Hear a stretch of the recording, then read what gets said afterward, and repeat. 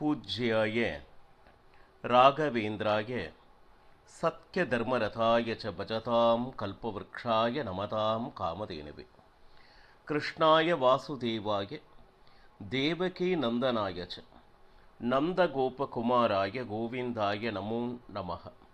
ஐந்தாவது வேதம் என்று போற்றப்படும் மகாபாரதம் பார்த்து வருகிறோம். பகவான் கிருஷ்ணனா யுத்தத்தில் வென்ற பாண்டவர்கள் தர்மராஜனை ராஜ்ய பரிபாலனத்தில் அமர வைத்து திருதராஷ்டிரனையும் காந்தாரியையும் மிக மிக மிக கவனமாக எந்த குறையும் இன்றி பார்க்க உத்தரவிட்டான் தர்மராஜன். ஆனால் ஒரு 15 வருட காலம் இந்த தர்மத்தின்படி ஆட்சி நடந்து கொண்டிருந்த நிலையில் இத்தனை நாட்கள் அமர்ந்து கொண்டு யாருக்கெல்லாம் துரோகம் செய்தோமோ அவர்களுடைய வீட்டில் அன்னம் தின்ன வெட்கமாக இல்லையா என்று, ஏன்னா வயது ஆகிவிட்டால் வைராக்கியம் என்பது தானாக வர வேண்டும். இத்தனை வயதை கடந்த பின்னும் 100 குழந்தைகளை இழந்த பின்னும் இன்னும் வைராக்கியம் வரவில்லையே என்று மனதை காயப்படுத்தும்படியான வார்த்தைகளை பீமன் பிரயோகித்தார். விதுரன் தீர்த்த யாத்திரை வந்த பின்னாடி திருதராஷ்டிரன் அதை சொன்னான். பீமன் இந்த மாதிரி பேசுறான், மற்ற எல்லாரும் நல்லா பார்த்துக்கிறாங்க. அப்போ விதுரன் சொன்னான், பீமன் சொன்னது நியாயம்தானே, இத்தனை வயது கடந்தும் வைராக்கியம் ஒருவருக்கு வரவில்லையே அப்படின்னு சொல்லிட்டு உங்கள் மேல் உள்ள நல்ல எண்ணத்தினால் சொல்கிறார். இது விதுரனும் சரி சொன்ன உடனே நிஜமாலுமே திருதராஷ்டிரனுக்கு வைராக்கியம் வந்தது. இனி நான் இங்கு இருக்கப் போவதில்லை, காட்டிற்கு செல்கிறேன் என்று கிளம்ப எத்தனைக்க தர்மராஜன் தடுத்தார். நீங்கள் இங்கே இருங்கள், வயோதிக காலத்தில் நீங்கள் காட்டிற்கு சென்று என்ன செய்ய போகிறீர்கள், நான் போகிறேன் என்று இவன் ஆரம்பித்தான். தர்மராஜனுக்கு எப்பவுமே இளகிய மனது, நம்மளுடைய ராஜ்யத்தில் பெரியவர்கள் நன்றாக பார்த்து கொள்ள வேண்டும் என்கின்ற எண்ணம் தர்மராஜனுக்கு முழுமையாக இருந்தது. ஆனா திருதராஷ்டிரன் ஒரு உறுதியான முடிவில் இருந்தார். பீமனும் சரி விதுரனும் சரி அவர் சொன்ன வார்த்தைகளினுடைய உண்மையை தெரிந்து கொண்டார். மாறாக பீமன் மேலோ விதுரன் மேலோ எந்த விதமான கோபமும் இல்லை என்பதே உண்மை. பார்ப்பதற்கு எல்லாம் கெட்டவர்களாக இருந்த பொழுதும் துரியோதனனுடைய அந்த வஞ்சமெல்லாம் பகையெல்லாம் பாண்டவர்கள் மேல்தான் இருந்ததே ஒழிய பிரஜைகள் மேல் இல்லை. மட்டுமின்றி தன்னை கெட்டவனாக யாரிடமும் காண்பித்துக் கொள்ள மாட்டான் துரியோதனன். அந்த கௌரவர்களுக்கும் விசுவாசிகள் எத்தனையோ பேர் இருந்தார்கள். உதாரணத்திற்காக பாருங்க, இவ்வளவு கெடுதல் நடந்த பொழுதும் உத்தங்க ரிஷி, பலராமன் இவர்கள் அத்தனை பேரும் கௌரவர்கள் பக்கமாக இருந்துதானே பேசினார்கள். கொஞ்சம் நினைச்சு பாருங்க. அது மட்டும் பாருங்க, பாண்டவரை மனதும் நல்லதாக இருக்கும், வெளியே நடத்தக்கூடிய செயலும் நல்லதாக இருக்கும். ஆனால் துரியோதனன் கிட்ட இருக்கக்கூடியது பிரஜைகளிடம் தன்னுடைய கெட்ட சுபாவத்தை காண்பிக்க மாட்டார். நல்லது செய்வது போல தோற்றத்தில், ஆனால் மனம் முழுக்க வஞ்சனை உடையவன் துரியோதனன். அது எல்லாராலும் புரிந்து கொள்ள முடியாது. இதுல என்னன்னா, இன்னைக்கு திருதராஷ்டிரனை பொறுத்தவரையிலே எல்லா சுகங்களும் இருக்கு, ஆனால் மனதில் நிம்மதி என்பது இல்லை. பாருங்க, தான் செய்த தவறுகள் எல்லாம் தன் கண்முன்னே நிழலாடுகிறது. பாண்டவர்களை கொல்ல வேண்டும் என்று எத்தனை விதமான உபாயங்களை தன்னுடைய மகன் சொன்னபோது அதனை தடுக்காது இருந்த மகாபாவி நான் என்பதனை உணர்ந்தான் திருதராஷ்டிரன். இன்னும் சொல்ல கொஞ்சம் பாருங்க, தர்மம் எந்த இடத்தில் இருக்கிறது அந்த இடத்தில் எந்த காரணத்திலும் எந்த குறையும் இயற்கையும் கொடுப்பதில்லை. நாம் எதையெல்லாம் சுகம் என்று அனுபவித்து வருகிறோமோ அந்த சுகமே கஷ்டத்தினுடைய காரணமும் ஆகிறது என்று மகாபாரதம் எச்சரிக்கிறது. நாம் இந்திரியங்கள் மூலமாக பலவிதமான சுகங்கள் என்று நாம் நினைத்து எதையெல்லாம் அனுபவிக்கிறோமோ அது நிரந்தரமானது அல்ல என்று எச்சரிக்கிறது. உதாரணத்துக்காக கண்கள் இறைவனுடைய தரிசனத்திற்காக இறைவனால் கொடுக்கப்பட்டது. ஆனால் இந்த செல்போன் அதை பார்த்து எவ்வளவு மனம் ஆனந்தப்படுகிறது. கடைசியில் என்னாச்சு, அந்த கைபேசி இல்லாமல் என்னால் இருக்க முடியாது என்கின்ற ஒரு அடிமைத்தனத்திற்கு ஆட்படுகிறோம் இல்லையா, வசப்பட்டு விடுகிறோம் இல்லையா? இப்படி ஒவ்வொரு மாயையிலும், உதாரணத்திற்காக சொன்னேன், சிக்கிக்கொண்டு இதுவே நிரந்தரமாக சுகம் என்று சொல்லிக்கொண்டு, மகாபாரதத்தில் வெறுவனே வாழைப்பழத்தோடு இதுவே நிரந்தர சுகம் என்று மென்று கொண்டிருக்கிறாயே என்று அந்த பழத்தை சுவைக்கப் போகிறாய் என்று கிருஷ்ணன் கேட்பதாக மகாபாரதம் எச்சரிக்கிறது. இப்போ தர்ம மார்க்கத்தில் என்னைக்குமே இருக்கக்கூடிய சுகம் என்பது சாஸ்வதமான சுகம். அந்த சுகம் என்றும் துக்கத்திற்கு காரணி ஆவதில்லை அப்படின்னு சொல்லிட்டு, யுத்தத்தில் நிறைய ராஜர்கள் இறந்தனர். அத்தனை ராஜர்களுடைய சாவிற்கு நானே காரணமாகிவிட்டேனே, திருதராஷ்டிரனுடைய மனம் புலம்புகிறது. இன்னும் சொல்ல போனா, கை குவித்து பிரஜைகளிடம் கேட்டுக்கொண்டார் திருதராஷ்டிரர், நான் என்னுடைய காலத்தில் என்னென்ன தவறுகள் செய்தேனோ தயவு செய்து அதனை நீங்கள் மன்னித்தருள வேண்டும். கருணை வருகிறதோ இல்லையோ தயவு செய்து இப்பொழுது காட்டிற்கு செல்ல வேண்டிய அந்த ஆக்ஞைத்தனை நீங்களே தர வேண்டும். நான் வயது முதிர்ந்தவன், 100 குழந்தைகளை இழந்து துக்கத்தில் இருப்பவன். இன்னும் சொல்ல போனா, நான் ராஜ்யம் நன்றாக நடத்தினேனோ இல்லையோ எனக்கு தெரியாது. என்னுடைய மூதாதையர்கள் அற்புதமான ராஜ்யத்தை நடத்திய வம்சத்தில் வந்தவன். அது மட்டுமல்லாமல், கொஞ்சம் நினைச்சு பாருங்க, என்னை மட்டுமல்லாது என்னுடைய மனைவியையும் நீங்கள் மன்னிக்கத்தான் வேண்டும். இப்பொழுது இந்த ராஜபோக சுகம் அனைத்தையும் உதறி என்னுடைய வாழ்நாளில் கடைசி பகுதியாக இருக்கக்கூடியதை சாஸ்வதமாக்கிக் கொள்வதற்காக நான் காட்டிற்கு செல்வதாக உத்தேசித்திருக்கிறேன். அப்போ அதற்கு உண்டான ஆக்ஞைதனை தாங்கள் தர வேண்டும் என்று பிரஜைகளிடம் கேட்டார். ஒரு ராஜன் பிரஜைகளிடம் கேட்கணுமா அப்படின்னு ஒரு கேள்வி. அந்த காலத்தில் ராஜனுக்கும் பிரஜைகளுக்கும் இருக்கக்கூடிய அந்த பாந்தவியம் அப்படிப்பட்டதாக இருந்தது.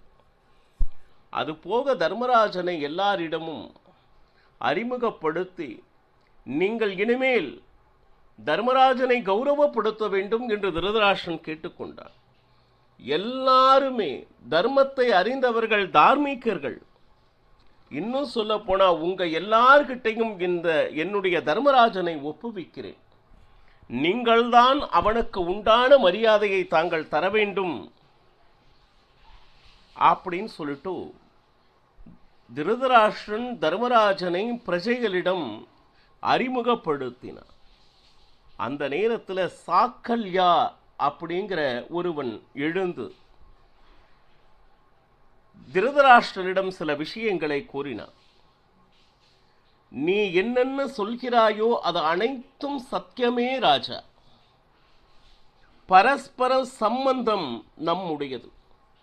ராஜன் வேறு பிரஜைகள் வேறு என்கின்ற எண்ணம் என்றுமே வந்ததில்லை. அந்த மாதிரி ராஜ்யம்தான் உன்னுடையதும் உன்னுடைய மூதாதையர்கள் நடத்தியதும். இன்னும் சொல்ல போனா, பிரஜைகளுக்கு கெட்டது செய்தவர் அப்படின்னு சொல்லிட்டு உன்னுடைய வம்சத்திலே யாரும் இல்லை. இன்னும் சொல்ல போனா, எங்களுக்கெல்லாம் தாய் தந்தை போல இருந்தவர்கள் நீங்கள். இன்னும் சொல்ல போனா, உங்களுடைய தந்தையாக இருக்கக்கூடிய வேதவியாசர் ஒரு வார்த்தை சொல்லிவிட்டார். அது உங்களுக்கு மட்டுமல்ல, பிரஜைகளாக இருக்கக்கூடிய எங்களுக்கும் அதுதான் வேதம். உன்னுடைய சாதனை என்னைக்குமே நாங்கள் மறக்க மாட்டோம். எந்தெந்த நேரத்தில் எப்பப்போ நீங்க எங்களுக்கு உதவி செய்தீர்களோ அதையெல்லாம் நாங்கள் மறந்தவர்கள் அல்ல ராஜா. இன்னும் சொல்ல போனால், உங்களுடைய ஜென்மத்தை சாஸ்வதமாக்கிக் கொள்வதற்காக நீங்கள் கிளம்பிக் கொண்டிருக்கிறீர்கள். யுத்தம் நடந்தது என்றால் அதற்கு நீங்களே முழுமையான காரணம் இல்லை என்பதை நாங்கள் அறிவோம். யுத்தம் என்பது பகவானுடைய இச்சை. அது இன்னும் சொல்ல போனா அந்த யுத்தத்திற்கு வேற யாரும் காரணம் நாம் சொல்ல முடியாது. இன்னும் சொல்ல போனால் யுத்தத்தில் யாரெல்லாம் போரிட்டார்களோ அத்தனை பேரும் சத்கதி அடைந்தனர். இன்னும் சொல்ல போனா நீங்களும் சத்கதியே அடைவீர்கள். அதில் எங்களுக்கு எந்த சந்தேகமும் இல்லை. தர்மராஜனை என்றும் நாங்கள் விடமாட்டோம். நீங்கள் அந்த கவலையே உங்களுக்கு வேண்டாம் அப்படின்னு சொல்லிட்டு. ஏன்னா தர்மராஜனுடைய யோசனை, அவனுடைய அறிவு எப்பவுமே தேசத்திற்கு ஹிதம் தருவதாக, பிரஜைகளுக்கு நன்மை பயப்பதாக மட்டுமே இருக்கும். இன்னும் சொல்ல போனா நன்றாக யோசித்துத்தான் எந்த ஒரு முடிவையும் எடுக்கக்கூடியவன் தர்மராஜன். அதுவும் கூட இருக்கக்கூடிய அவனுக்கு வழிகாட்டுபவர்கள், மார்க்க தரிசனம் என்று சொல்வார்கள், அவர்கள் சாமானியமானவர்கள் அல்ல, ஞானிகளை தன் பக்கத்தில் வைத்து கொண்டிருக்கிறான் தர்மராஜன். அப்போ சத்ருக்களுக்கும் நல்லதே நினைப்பவன் தர்மராஜன் என்பதை நாங்கள் அறிவோம் திருதராஷ்டிரா. இன்னும் சொல்ல போனா தர்மராஜன் மேலே அவ்வளவு நம்பிக்கையை பிரஜைகள் வைத்திருந்தனர். தர்மராஜன் மேல் மட்டும் அல்லாமல் பீமன், அர்ஜுனன், நகுலன், சகாதேவன், அது மட்டும் அல்லாமல் அவர்கள் வீட்டில் இருக்கக்கூடிய பெண்மணிகள், குந்தியிலிருந்து ஆரம்பித்து கடைசியில் உத்தரை வரையிலும் அத்தனை பேரும் பிரஜைகள் மேல் அவ்வளவு அதீத அன்பினை வைத்திருப்பவர்கள் என்பதை நாங்கள் அறிவோம். ஏன்னா ராஜன் மட்டும் நல்லவனாக இருந்து பிரயோஜனம் இல்லை. அவனை சுற்றி இருப்பவர்கள் கெட்டவர்களாக இருந்தால் நிச்சயமாக நல்லது நடப்பதற்கு உண்டான வாய்ப்பில்லை என்று மகாபாரதம் எச்சரிக்கிறது. இன்னும் சொல்ல போனா பாருங்க, இது எல்லாம் கேட்ட பின்பு பிரஜைகள் அனைவருமாக சேர்ந்து திருதராஷ்டிரனுக்கு ஆக்ஞைதனை கொடுத்தனர்.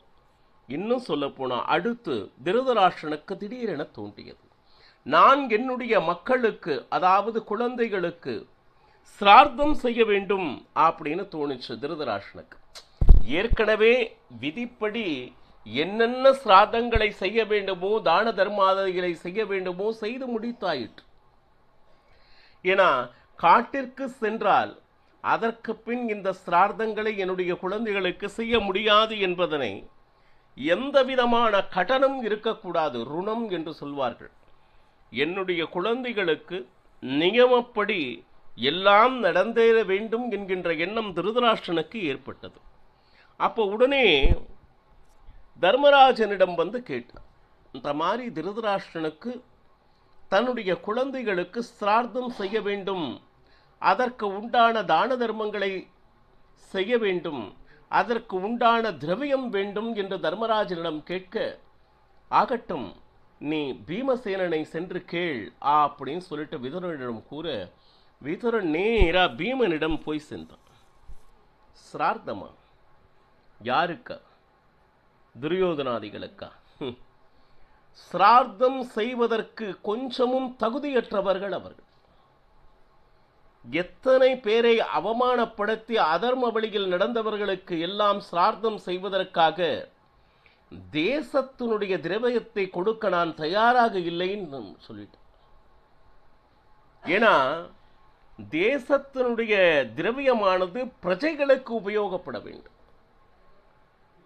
நேர இதை சொல்வதை பார்த்து கொண்டிருந்தான் அர்ஜுனன். என்ன சொல்கிறீர்கள் பீமா?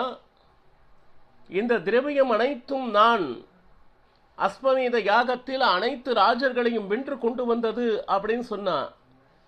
இதோ பாரு அர்ஜுனா, ஒருவேளை உனக்கு திருதராஷ்டிரனுக்கு செல்வத்தை கொடுக்க வேண்டும் என்கின்ற எண்ணம் இருந்தால் உன்னுடைய பங்கில் இருந்து அந்த திரவியத்தை நீ தாராளமாக கொடுக்கலாம். எந்த காரணத்தை கொண்டும் அஸ்தினபுரம் அந்த செல்வத்திலிருந்து பயன்படுத்தக்கூடிய ஒவ்வொரு செல்வமும் அது பிரஜைகளுக்குத்தான் பயன்பட வேண்டும் என்று பீமன் சொன்ன உடனே அர்ஜுனன் தன் பங்கில் இருக்கக்கூடிய செல்வத்தையும் தர்மராஜன் தன் பங்கில் இருக்கக்கூடிய செல்வத்தையும் கொடுத்தான். உடத்திய தன்னுடைய குழந்தைகளுக்கு, அதாவது துரியோதனாதிகளுக்கு உரிய சிரார்த்தத்தை செய்து அங்கு வந்திருப்பவர்களுக்கு வேண்டிய அளவுக்கு தான். தர்மராஜன் என்ன கூறினான்னா, அவன் 1 கேட்டா நீ 100 கொடுக்கணும். 1 ரூபாய் தானம் தர வேண்டும் என்று திருதராஷ்டிரன் மனதில் விருப்பப்பட்டால் 100 ரூபாய் கொடு. 100 ரூபாய் கொடுத்தால் அதை இன்ட்டு 100. அந்த மாதிரி அவன் மனதில் நினைத்ததற்கு 100 மடங்கு தான தர்மங்களை கொடுக்கும்படி ஏற்பாடு செய்தான். இந்த செல்வம் அஸ்தினபுர செல்வம் அல்ல. தர்மராஜனுடையதும் அர்ஜுனனுடையையும் தாமாக கொடுத்து அந்த சிரார்த்த காரியங்களையும் தான தர்மங்களையும் செய்வித்து மகிழ்ந்தான் திருதராஷ்டிரன். அடுத்த நாள் அவன் காட்டிற்கு செல்ல வேண்டும்.